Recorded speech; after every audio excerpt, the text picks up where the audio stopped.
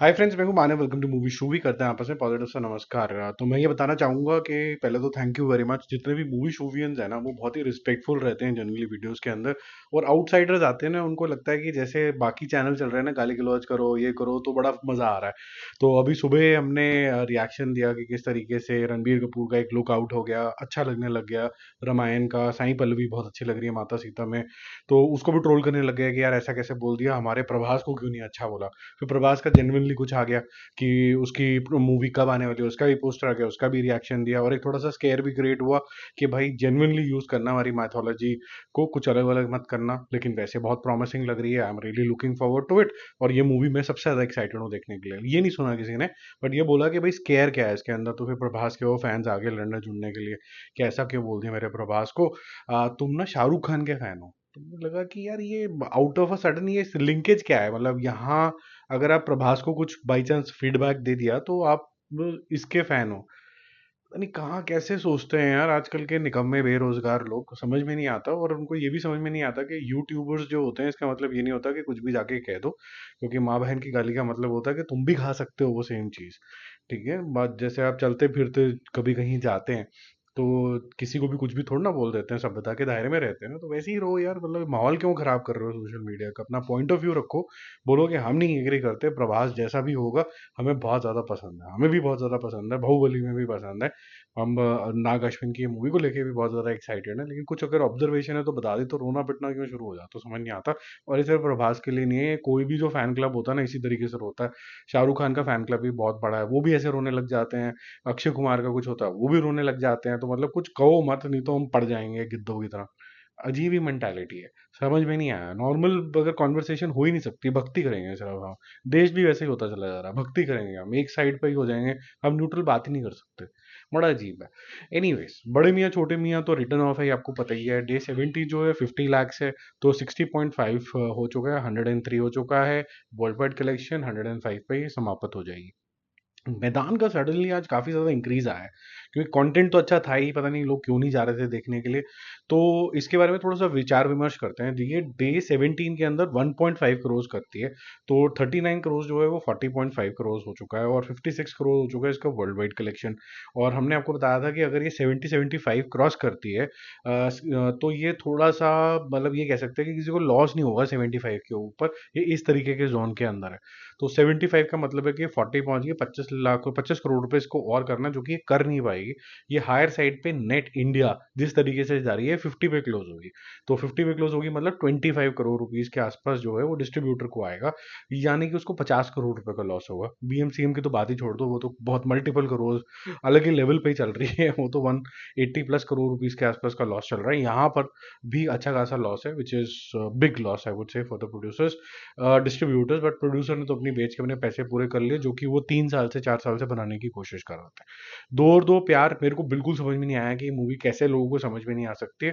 क्योंकि जो younger audience इसको देखने के लिए पहुंची, जो रोमांटिक मूवीज देखना पसंद करते हैं, उनको ये जो डायनामिक्स है इस एज ग्रुप का जो प्रॉब्लम है वो समझ ही नहीं आया। और इस एज ग्रुप के लोग इसको देखने ही नहीं गए, जिनको पता ही नहीं है कि मूवी मुझे क्यों देखने को जाना है, कोई बड़ी स्टार कास्ट नहीं थी। इसलिए डब्बा फ्लैट होगी, क्योंकि ये कॉन्सेप्ट आपको एक एज ब्रैकेट पे ही समझ में आ सकता है। तो डे 9 जो है वो रहे 10 लाख रुपीज, जो कि कल भी 10 लाख था। Wonderful film, I would say one of the best in India. I keep saying this thing and I stand by it. तो 3.7 करोड़ जो है वो 3.6 करोड़ जो है वो 3.7 करोड़ हो गया। 4.65 करोड़ रुपीज के आसपास का वर्ल्ड वाइड कलेक्शन है।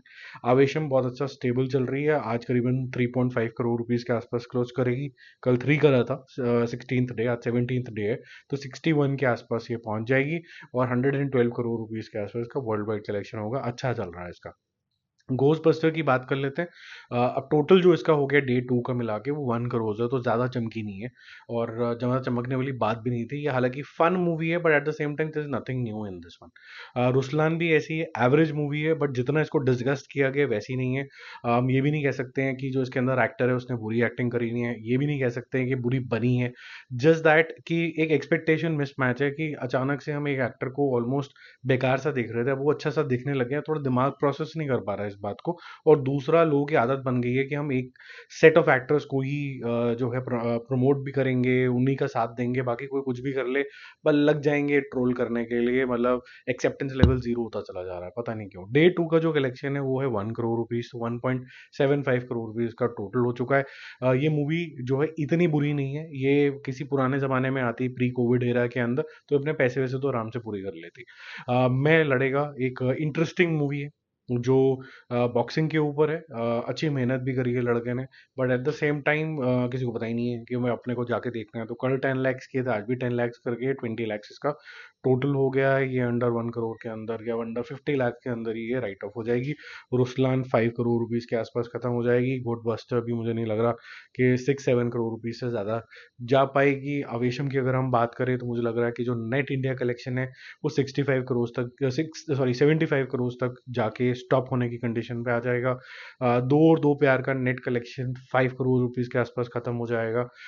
मैदान का हम बात कर चुके हैं कि 40.5 करोड़ रुपीज आज हो चुका है, ये 50 तक जाके रुक जाएगी।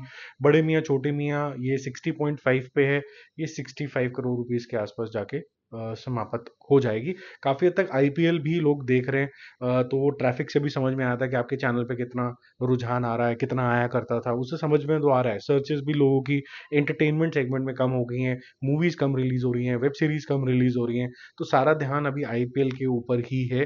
तो लोगों को एक काउंटर स्ट्रैटेजी निकालनी होगी कि किस तरीके से इस पीरियड के अंदर अब एंटरटेनमेंट को भी लाइमलाइट में रखें। अदरवाइज तो आपने न्यूज़ पढ़ी ही होगी कि लोग सोच रहे हैं कि यार 2 महीने के लिए क्या हम अपने सिनेमा हॉल के बाहर ताले लगा दें ताकि हमें बिजली पानी का खर्चा तो बचे, क्योंकि उस टाइम पे तो कोई बड़ी रिलीजेस आती नहीं है, क्योंकि सब लोग आईपीएल देख रहे होते हैं, वो भी फ्री में। अब लोगों को आदतें पड़ गई हैं जियो की वजह से कि फ्री में देख लो। बहुत हायर साइड तो 25 रुपये 29 रुपये का उन्होंने पैक निकाल दिया, विच एनीबडी कैन अफोर्ड। ठीक है, बाकी जल्दी मिलते हैं और रिव्यूज के साथ। और thank you very much Movie Shoovians, जो बहुत ही सभ्य धारे के अंदर कमेंट बाजी करते हैं, अपना चीज़ों को एक्सप्रेस करते हैं। बाकी लोग जो आ रहे हैं, आपका फर्ज बनता है कि जब वो कमेंट आपको इस तरीके की दिखे उनको बोलें यार कि यहाँ पर ये चीज़ें नहीं अलाउड है मूवी शूवी के ऊपर, ये प्लीज़ सभ्यता के दायरे के अंदर रहें और पोलाइट तरीके से जो भी एक्सप्रेस करना है करें। ठीक है, बाय बाय।